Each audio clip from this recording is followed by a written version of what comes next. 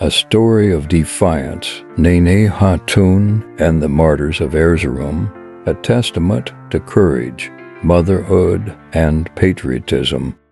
The calming and inviting sound of the Islamic call to prayers has been echoing from the minarets of every mosque since the early days of Islam. But as the first light of dawn broke on the morning of November the 9th, 1877, a rather disturbing and urgent call was heard from the minarets of Erzurum's mosques, disrupting the calming atmosphere of the morning prayers. The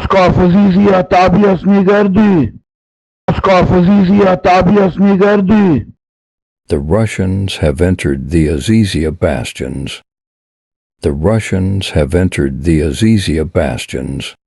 The sacred spaces of the mosques became a beacon of resistance, urging the villagers to come forward and defend their motherland from the enemy.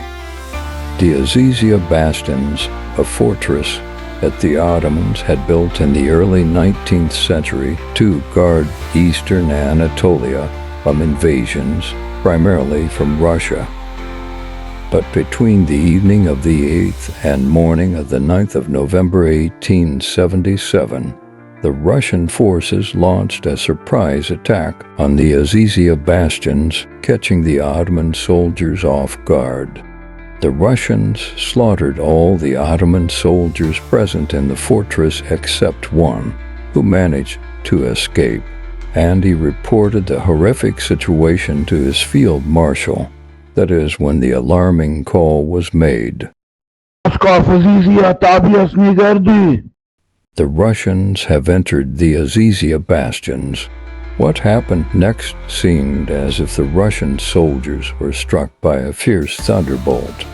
As the call to arms echoed through the village, the people of Erzurum sprang into action, just as they had always responded to the muezzin's call to prayer. But this time they didn't head to the mosque.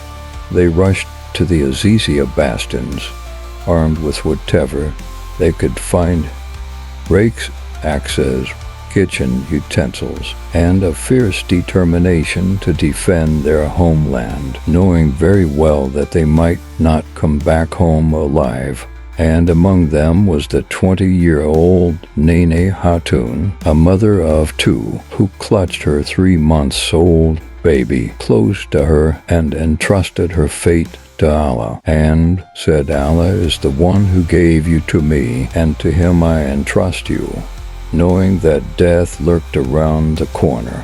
With faith and courage in their hearts, the villagers charged into the battle, ready to face the Russian forces head-on. Nene Hatun led the charge, her courage inspiring the villagers to follow suit. Despite the relentless Russian gunfire that mowed down their comrades, the villagers pressed on, united in their determination to defend their homeland.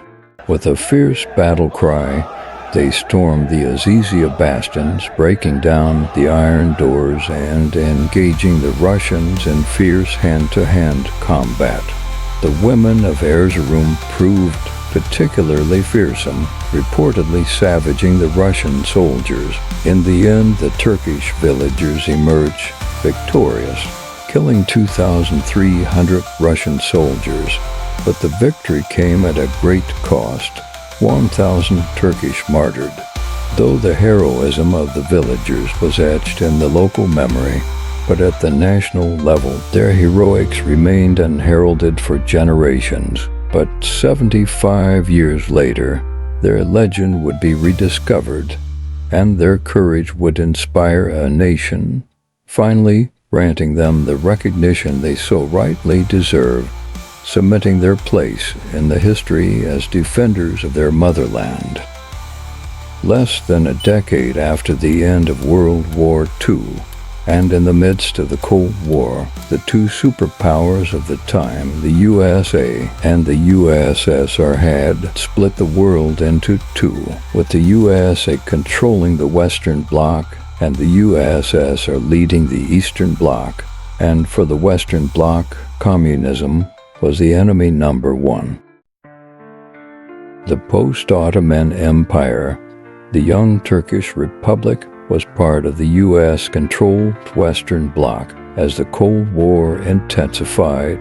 With its close proximity to the Soviet Union, the city of Erzurum became a stronghold for the Western Bloc. Rumors of Soviet plans to occupy Eastern Anatolia set tensions soaring, and the city's strategic importance skyrocketed.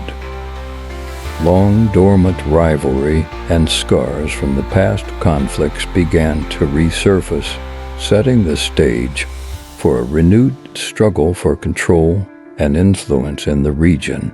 Seizing the moment, Turkey's newly elected Democrat Party government launched a symbolic gesture of resistance against the Soviet aggressive plans.